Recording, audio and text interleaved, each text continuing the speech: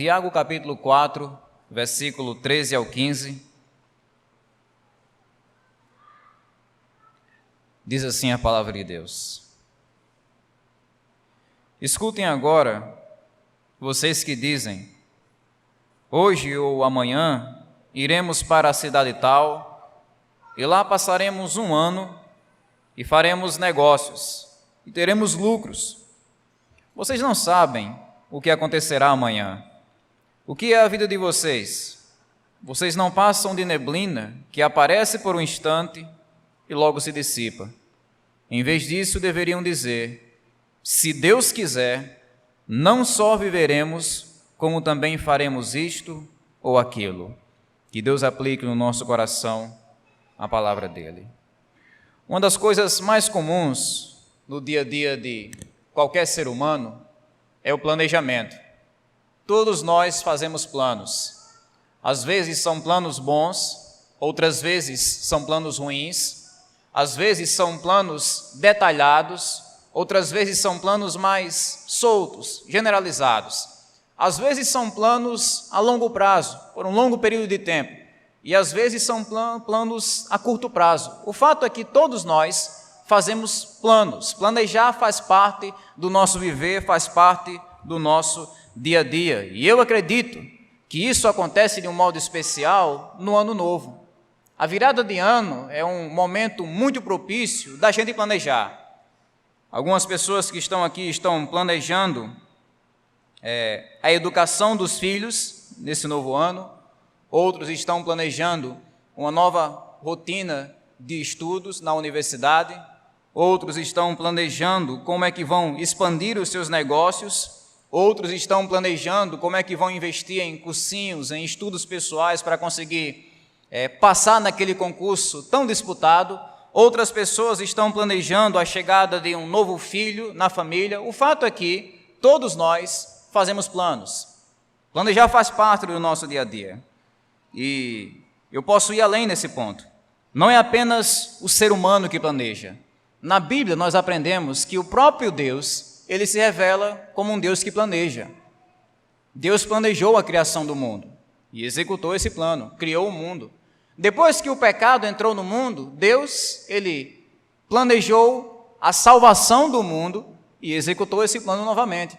O Deus da Bíblia é um Deus que planeja. Então, planejar por si só não é uma coisa errada, não é uma coisa pecaminosa, venenosa. Para nós, seres humanos, planejar é apenas uma consciência da nossa responsabilidade. O que é planejar? É você procurar o melhor objetivo através de um melhor caminho. Isso é planejar. É você procurar o melhor fim através do melhor meio. Olha, esse aqui é o melhor objetivo. Então, qual é o melhor caminho para alcançar isso? Isso é planejar. Não há nada de errado nisso. Planejar não é apenas uma coisa natural, é uma coisa necessária se nós queremos viver a vida com responsabilidade. Mas nem tudo são flores. Existe um tipo de planejamento que nós fazemos que é ofensivo ao coração de Deus. Existe um tipo de planejamento que nós fazemos que é repugnante aos olhos de Deus. E o nosso texto ele se ocupa de tratar sobre esse tipo de planejamento, planejamento que ofende o coração de Deus. A mensagem central dessa passagem que nós acabamos de ler é ensinar que o planejamento orgulhoso, que o planejamento arrogante, que o planejamento presunçoso, ele é reprovável aos olhos de Deus. E para que nós não venhamos a cair nesse tipo de planejamento arrogante nesse novo ano, eu queria destacar para vocês nesse texto basicamente 3 atitudes para a hora do planejamento. Tiago vai lembrar o nosso coração 3 verdades que devemos manter na nossa mente enquanto estamos planejando a nossa vida, os nossos projetos e as nossas metas nesse novo ano. Primeiro, Tiago diz que nós devemos lembrar que a nossa vida é incerta. Segundo, ele diz que devemos lembrar que a nossa vida ela é curta. E por último, ele vai dizer que devemos lembrar que a nossa vida pertence a Deus. É isso que eu quero explorar com vocês nesse texto, a fim de que Deus ele nos conceda sabedoria para planejarmos esse 2020 debaixo da bênção dele. No verso 13 e 14, Tiago ele traz um conselho: planeje sabendo que a vida é incerta. Planeje tendo a consciência de que a vida é incerta. A primeira orientação que Tiago vai trazer é para algumas pessoas que estavam cheias de certezas, Pessoas que estavam fazendo planos presunçosos. É o primeiro problema que ele vai lidar nessa passagem. O problema da presunção. Ele diz: escutem agora vocês que dizem, hoje ou amanhã iremos para a cidade tal e lá passaremos um ano. Percebam comigo que aqui nós estamos ouvindo a voz de uma pessoa que vive como se Deus não existisse. Ele é um ateu na prática, é alguém que está cheio de autoconfiança, de autossuficiência. Eu posso, eu consigo, eu sei, eu conquisto, eu alcanço. É aquela pessoa que está cheia de si, cheia de certezas. Esse é o tipo de coração que Tiago está descrevendo para nós. Essa pessoa determina quando ela vai viajar, hoje ou amanhã. Essa pessoa determina onde ela vai chegar, iremos à cidade tal. Essa pessoa determina quanto tempo ela vai ficar, nós vamos passar um ano nessa cidade. E essa pessoa determina também o que é que ela vai lucrar. O texto diz, negociaremos e vamos ganhar dinheiro. Do início ao fim, nós estamos vendo aqui um planejamento que é arrogante, alguém que se considera dono da própria vida. Uma pessoa autossuficiente, que acha que tem o controle absoluto sobre as circunstâncias da vida. Irmãos, o grande problema dessa pessoa não é planejar. O problema dessa pessoa é planejar achando que tem o controle de tudo. É pecado planejar? Claro que não, é necessário. O pecado é quando a gente planeja pensando que nós somos semideuses aqui na terra, pensando que nós temos o controle de todas as coisas. É pecado estabelecer um plano? Não é. O pecado é excluir Deus desse plano. É pecado estabelecer uma meta para um novo ano? Não é. O pecado é tentar alcançar essa meta sem Deus. É esse tipo de situação que Tiago está tratando aqui na sua carta. Mas o problema que Tiago aborda aqui não é apenas o problema da presunção. Ele fala também sobre o problema da ambição. Ainda no verso 13, esse indivíduo diz, lá passaremos um ano e faremos negócios e teremos lucros. Percebam que a ambição dessa pessoa é notória. O que é ambição? Ambição é o desejo incontrolável de ter cada vez mais. Ambição é uma fome insaciável de ter cada vez mais. A pessoa que tem um coração ambicioso, ela nunca está satisfeita. Ela sempre quer mais, ela sempre quer conseguir mais do que aquilo que já tem. E nós vemos aqui no coração dessa pessoa, que Tiago está descrevendo para nós no verso 13, que o objetivo dela é apenas o lucro. Ela não menciona o reino de Deus, contribuir com o reino de Deus, ela não menciona a ajuda ao próximo, ao pobre, ao órfão, à viúva, que era muito comum naquela época serem desamparados naquela sociedade veterotestamentária. Essa pessoa não menciona qualquer tipo de ajuda ao próximo. Ela pensa apenas em si mesma. É o problema do materialismo, de viver apenas para o aqui e para o agora. Minhas coisas, meu sucesso, meu conforto, meu lucro, minha prosperidade, minha conquista, tudo é sobre mim. É isso que um ambicioso pensa no mundo em que nós vivemos. O reino dele é mais importante do que tudo. E esses dois problemas que Tiago está destacando no início dessa passagem: ambição e presunção. O planejamento que é fundamentado na autossuficiência, no egoísmo, ele é reprovável aos olhos de Deus. No primeiro livro da Bíblia nós temos uma história dramática que ilustra muito bem esse ensinamento. Eu quero lembrar a vocês daquilo que aconteceu na famosa Torre de Babel. A Bíblia diz que, no início da história humana, quando todos os seres humanos falavam uma mesma língua, os homens se reuniram numa certa região para planejarem a construção de uma torre que fosse tão alta que alcançasse os próprios céus.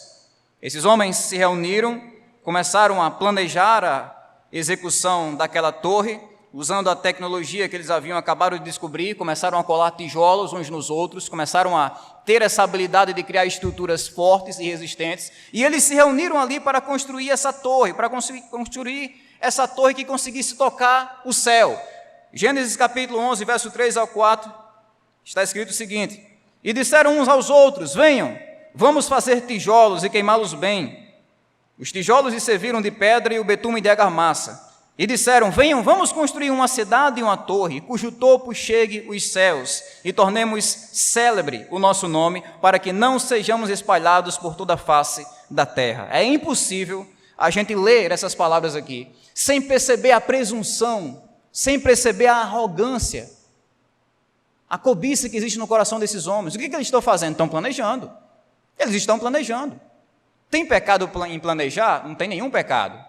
O pecado está em planejar de uma maneira arrogante, de uma maneira presunçosa. Eles acham que conseguem chegar até Deus por eles mesmos, eles acham que conseguem fazer o nome deles famoso em toda a terra por eles mesmos, e aí onde reside o pecado. Deus disse, se espalhe pela face da terra. Eles disseram, não, a gente não vai se espalhar não, a gente vai ficar aqui.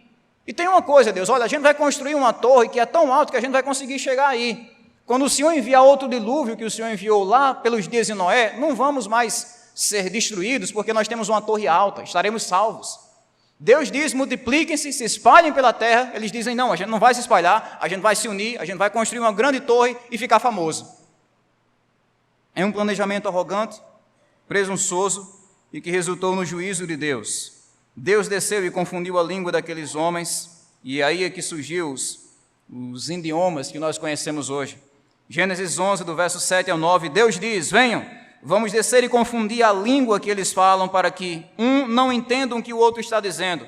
Assim o Senhor os dispersou dali pela superfície da terra, e pararam de edificar a cidade. Por isso a cidade foi chamada de Babel, porque ali o Senhor confundiu a língua de toda a terra, e dali o Senhor os dispersou por toda a superfície dela. Em termos simples, qual é a lição da história em Babel? Deus não abençoa planos arrogantes. Deus não abençoa planos egoístas. É a mesma coisa que Tiago está dizendo. Vocês que dizem, olha, hoje ou amanhã nós vamos para aquela região do Oriente, vamos construir uma grande torre. Deus não abençoa esse tipo de planejamento. Do início ao fim, a Bíblia apresenta que o resultado de uma vida arrogante e egoísta é a frustração.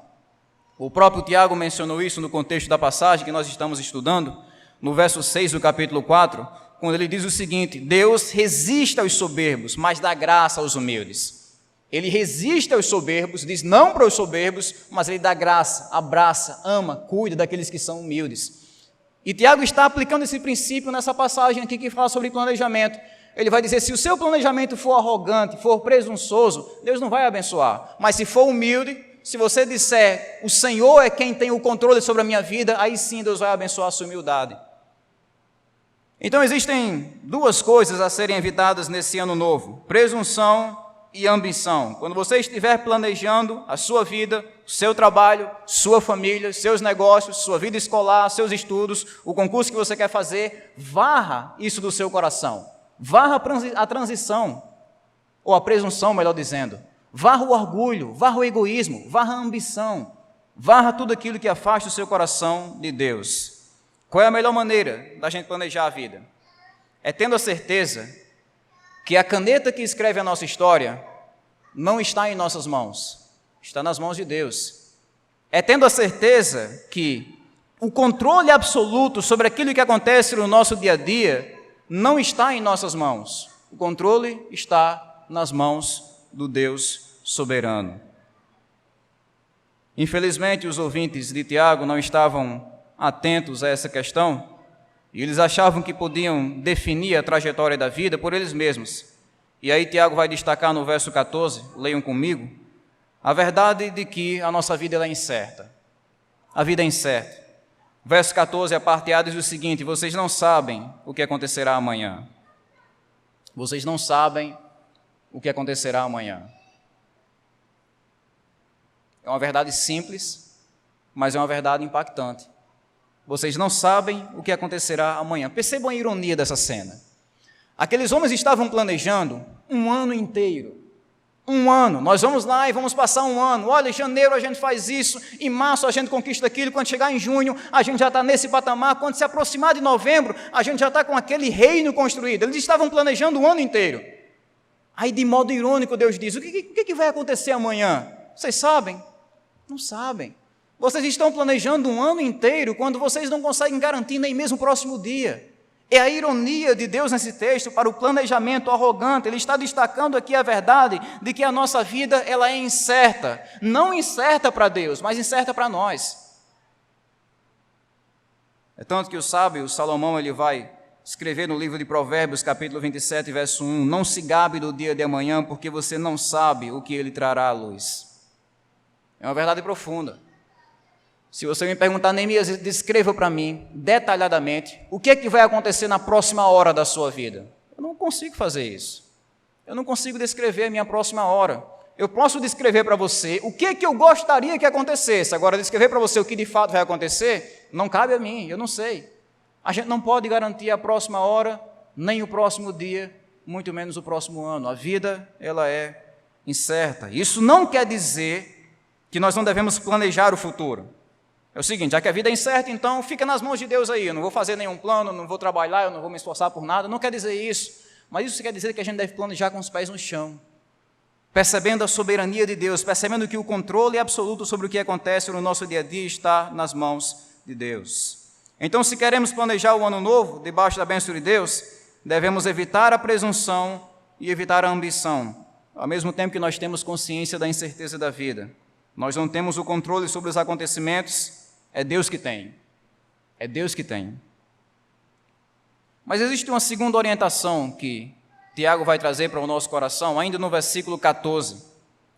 Ele diz que nós devemos planejar sabendo que a vida, ela é breve.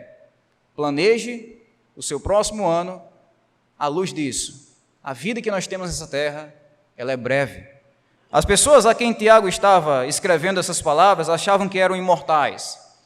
Achavam que a morte nunca ia chegar para eles. E é por isso que Tiago vai aproveitar essa oportunidade para lembrar aqueles indivíduos e que eles são humanos. Ele vai dizer, o que é a vida de vocês? Vocês não passam de neblina que aparece por um instante e logo se dissipa. Perceba como Tiago descreve aqui a fragilidade da vida. A nossa vida ela é frágil. Estarmos aqui como igreja, comemorando mais um ano, juntos, alegres, se regozijando, é um milagre de Deus, porque a nossa vida ela é extremamente frágil. Eu sei que nós não gostamos de pensar sobre isso.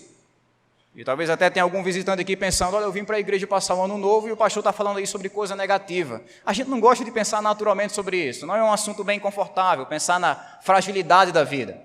É melhor pensar sobre futebol, é melhor pensar sobre entretenimento, sobre economia, sobre o inverno, sobre esporte, sobre filmes, séries. Mas pensar sobre a fragilidade da vida, a gente precisa disso? Claro que a gente precisa. É por isso que a palavra de Deus fala sobre a fragilidade da vida. A nossa vida, ela é frágil, nós precisamos dessa dose de realidade. A gente perde a vida com facilidade. Um parafuso solto no transporte que você usa, ou que eu uso, pode ser suficiente para tragar a nossa vida. Um vírus pairando pelo ar, um caroço de feijão engasgado na garganta, e aí a gente vai ao encontro com o Criador. Pequenas coisas, pequenos detalhes, um pequeno desvio na sua atenção na hora que você dirige. Eu não estou dizendo isso aqui para impressionar vocês. Agora eu nunca mais vou comer feijão, não vou mais dirigir meu transporte, eu não vou mais respirar porque pode ter um vírus. Não, não é isso. Eu estou dizendo isso para a gente se conscientizar que a nossa vida é frágil. E o fato de estarmos vivos é um milagre de Deus. É a graça e o sustento de Deus sobre nós, porque a nossa vida é frágil. Quando o Tiago está comparando a nossa vida aqui, ele não compara a nossa vida com uma pedra, como o texto diz. Compara a nossa vida com uma neblina. Mas o que Tiago deseja destacar não é apenas a fragilidade da vida, mas também a brevidade. Ele diz, vocês não passam de neblina que aparece por um instante e logo se dissipa. Eu sei que aqui em Apodi, em nossa cidade, a neblina não é um fenômeno muito conhecido. Parece que aqui já amanhece o dia fazendo 40 graus. Já está quente já de assar um ovo na calçada. Mas quando a gente vai para uma cidade mais fria, cidade de Martins, por exemplo, a gente acorda de manhãzinha, a gente sai da casa onde nós estamos hospedados e a gente vê a neblina preenchendo aquelas ruas, a gente vê aquele vapor preenchendo as ruas. Só que ele não dura o dia todo, ele acaba logo, ele termina rápido. Você vai na padaria comprar o pão, quando você volta lá, já acabou aquele vapor, já acabou aquela neblina.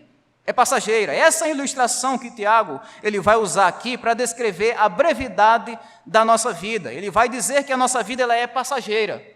A vida é apenas uma gota de água no oceano da eternidade. A vida é apenas um grão de areia na praia da eternidade. É apenas uma pequena estrela no céu da nossa existência. A vida que nós temos aqui na terra, ela é curtinha, é minúscula, é pequena. É por isso que Moisés, escrevendo o Salmo 90, versículo número 10, ele diz as seguintes palavras: os dias da nossa vida sobem a 70 anos, ou havendo vigor a 80. Nesse caso, o melhor deles é canseira e enfado, porque tudo passa rapidamente e nós voamos. Rapidamente. Algumas pessoas que estão aqui com cabelos brancos, que já são idosas, sabem descrever essa verdade com mais eloquência do que eu. A vida passa rapidamente. A Bíblia fala que a vida passa como a flor da erva. O sol nasce e aquela flor se queima. É como uma sombra, é como um sopro, passa rapidamente. Infelizmente, os leitores de Tiago não estavam tão conscientes da brevidade da vida. Uma situação parecida com uma das parábolas que Jesus Cristo contou no seu ministério. Se você tiver com a sua Bíblia, abra comigo em Lucas capítulo 12. Eu queria fazer a leitura de um texto para vocês, que ilustra a verdade que Tiago está ensinando aqui. Lucas capítulo 12, verso 16 ao 20. Onde nós temos uma parábola de Jesus Cristo que descreve com muita precisão a brevidade da vida. Lucas capítulo 12, verso 16 ao 20. Lemos o seguinte: E Jesus lhes contou ainda uma parábola, dizendo: O campo de um homem rico produziu com abundância. Então ele começou a pensar: Que farei? Pois não tenho onde armazenar a minha colheita.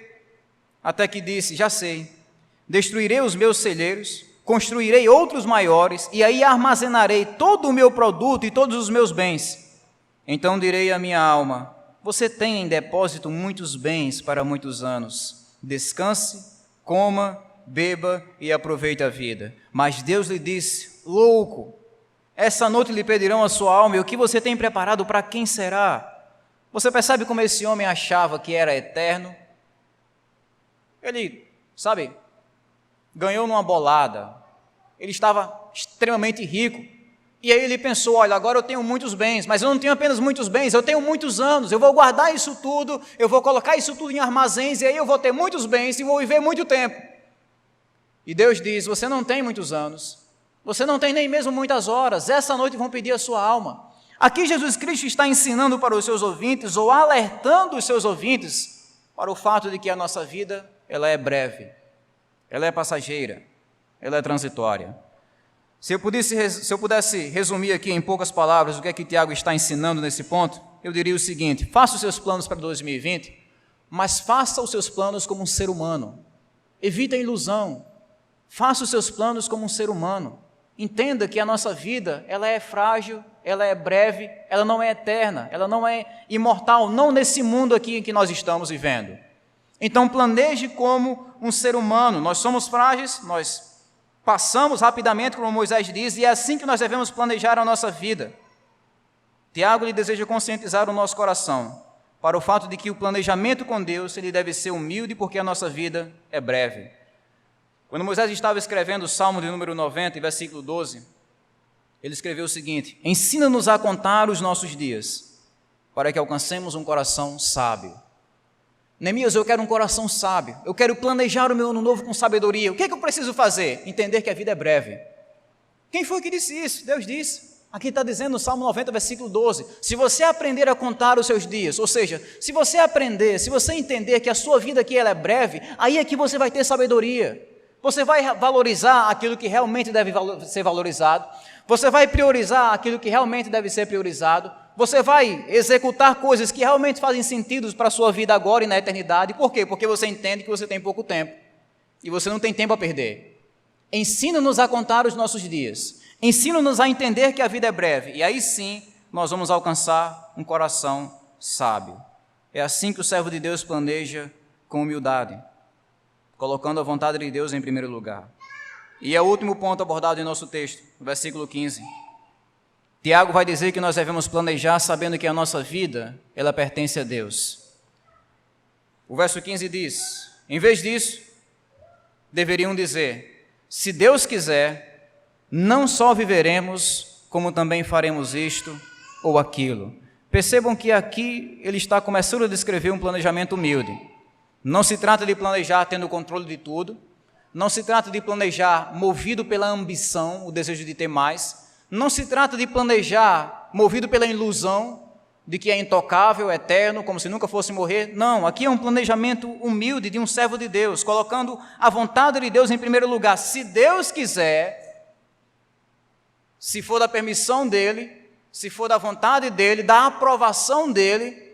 Percebam que aqui no coração desse servo existe uma verdadeira submissão a Deus. E é o melhor caminho para planejar. Não o caminho da presunção, da ambição ou da ilusão de que nós somos eternos, não. Esses caminhos são descartados aqui no texto. O melhor caminho é o caminho da submissão. Deus, a minha vida pertence ao Senhor. Então, se o Senhor quiser, se for da sua vontade, eu vou fazer isso ou vou fazer aquilo. É claro que nós não devemos tornar esse texto superficial. Eu sei que na nossa cultura brasileira, essa frase, se Deus quiser, virou meio que um jargão. As pessoas dizem isso para tudo. Até quando você vai se despedir do seu colega do trabalho, você diz, olha, até amanhã. E a pessoa diz, né, se Deus quiser, a gente se encontra amanhã. E você conversa com alguém que está planejando e diz, olha, se Deus quiser, esse meu sonho vai ser realizado, se Deus quiser, isso vai acontecer, se Deus quiser, aquela outra coisa vai chegar na minha vida. Virou meio que um jargão no nosso linguajar.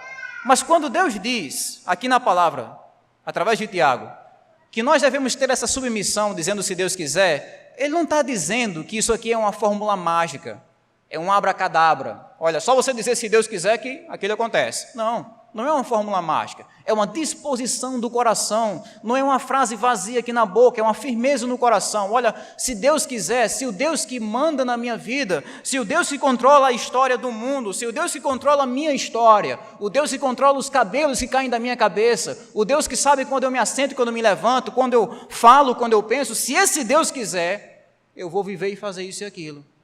É a ideia de uma submissão completa à vontade de Deus. Quando nós lemos o Novo Testamento, nós aprendemos que submissão é coisa séria. Em todas as páginas da Bíblia, a submissão é encorajada. Oração do Pai Nosso, Mateus capítulo 6, verso 10. O que é que está escrito lá? Vocês vão orar dessa forma: seja feita a sua vontade, assim na terra como no céu. Não é minha vontade, é a sua vontade. Quando Jesus estava no Getsêmani, prestes a ser crucificado, novamente ele ensinou a importância da submissão. Ele disse, Lucas 22, 42, Pai, se queres, afaste de mim esse cálice. Contudo, não se faça a minha vontade, e sim a sua. A sua vontade é em primeiro lugar. Quando conhecemos a trajetória do apóstolo Paulo, nós vemos que ele sempre colocou a vontade de Deus em primeiro lugar. Quando ele estava se despedindo da cidade de Éfeso, em Atos 18, está escrito, se Deus quiser, eu virei para visitar vocês outra vez. Quando ele estava conversando com a igreja de Corinto, em 1 Coríntios 16, ele diz, eu espero permanecer algum tempo com vocês, se o Senhor permitir. Percebam que a chegada de Paulo em um lugar, a permanência nesse lugar, dependem exclusivamente de uma coisa, vontade de Deus. Se o Senhor quiser. É isso que Tiago está ensinando na sua carta. A vontade de Deus primeiro determina a nossa vida. Se o Senhor quiser, viveremos. A vida é mais importante. Você não tem vida se não for pela vontade de Deus. Eu não consigo respirar se não for por Deus me sustentando. Eu não consigo me mover nem um centímetro para frente ou para trás se não for pela vontade de Deus. Se Deus quiser, diz o texto, nós viveremos. Cada segundo de vida é um presente de Deus. E segundo, nossos planos dependem de Deus. Se Deus quiser, diz o texto, não só viveremos, como também faremos isto ou aquilo. Todos os acontecimentos da nossa vida, os mais agradáveis, os menos agradáveis também, estão nas mãos de um Deus soberano. As vitórias que nós angariamos, os fracassos que nós lamentamos, o sucesso, a luta, a dificuldade, todas as coisas que acontecem na nossa história estão nas mãos de Deus. É por isso que Provérbios 16, 1 diz o seguinte, o coração do ser humano pode fazer planos, mas a resposta certa vem dos lábios do Senhor. Deus é soberano, irmãos e amigos, e a melhor maneira de planejar esse ano novo é colocando tudo nas mãos deles. Não me entendam mal, não estou dizendo aqui que o texto proíbe o planejamento, o texto orienta o planejamento. Para não ser um planejamento arrogante, nem ambicioso, nem ilusório, você precisa colocar tudo nas mãos de Deus. Planeje o ano novo. Se esforce o máximo que você puder para atingir todas as metas que você estabelecer, mas faça tudo isso com esse espírito de Tiago 4. Se o Senhor quiser, eu viverei, eu farei isso, eu farei aquilo. A submissão a Deus deve ser o centro do nosso planejamento. Coloque os seus estudos, coloque o seu emprego, coloque a sua família, coloque a sua saúde, coloque os seus filhos, coloque o seu namoro, coloque o seu futuro casamento, coloque o seu concurso, tudo diante do altar de Deus e diga o seguinte, se o Senhor quiser, eu vou viver, e vou fazer isso e aquilo. É essa humildade no planejamento que agrada o coração de Deus. O Deus da Bíblia é um Deus de planos. E eu não poderia terminar essa mensagem sem dizer a vocês que o maior plano de Deus para a sua vida aconteceu através de Jesus. Deus planejou a sua salvação. Deus enviou o único Filho dele para descer até essa terra, se fez carne por nós, viveu como um homem, uma vida de sofrimento e humilhação, mas nunca pecou, nunca desobedeceu a Deus. Ele viveu uma vida perfeita, mas morreu uma morte cruel. Na cruz ele carregou os nossos pecados, na cruz ele suportou a ira de Deus por nós, e ao terceiro dia, Cristo ressuscitou dentre os mortos. Depois de ressuscitar dentre os mortos, provando que é o próprio Deus, ele subiu até a destra de Deus, para interceder por nós, para interceder pelos pecadores. E agora ele convida todos os seres humanos, em todos os lugares, a se arrependerem dos seus pecados e confiarem em Jesus. Esse é o plano do Evangelho. Esse é o plano mais importante que Deus tem para a sua vida. Por que é o plano mais importante, Neemias? Porque é o único que dura pela eternidade. Os planos que nós fazemos, geralmente, duram apenas alguns anos, algumas décadas. O plano de Deus através de Jesus ecoa pela eternidade, dura pela eternidade. Então, se você quer conhecer o melhor plano de Deus para a sua vida, conheça Jesus. É através desse evangelho que nós podemos começar esse ano novo com esperança, com alegria em nosso coração. Resumindo, então, tudo que nós aprendemos aqui, na hora de planejar o ano novo, Tiago lembra o nosso coração sobre 3 verdades. Primeiro, Tiago diz que a vida é incerta. É por isso que nós devemos evitar a presunção e evitar a ambição na hora de planejar. Segundo, Tiago diz que a nossa vida é breve. É por isso que nós devemos evitar a ilusão. Nós somos humanos, nós somos frágeis. E terceiro, Tiago diz que a nossa vida pertence a Deus. É por causa disso que tudo que nós fazemos, nós devemos fazer em plena submissão ao Senhor. Como está escrito em 1 Coríntios capítulo 10, verso 31, quer vocês comam, quer vocês bebam, quer vocês façam qualquer outra coisa, quer vocês planejem um ano novo, planejem a rotina da sua família, a trajetória do seu emprego, faça tudo isso para a glória de Deus. Faça tudo isso para a glória de Deus. Que Deus abençoe o seu ano, que Deus abençoe os seus planos também, e que os seus planos sempre sejam esses planos agradáveis ao coração de Deus, planos humildes, que reconhecem que o controle absoluto sobre a sua história não está em suas mãos, mas está nas mãos de um Deus soberano, infinitamente sábio, infinitamente amoroso e gracioso. Que esse Deus nos cubra de misericórdia e que Ele nos dê um ano novo de paz e graça em sua presença. Deus nos abençoe, irmãos.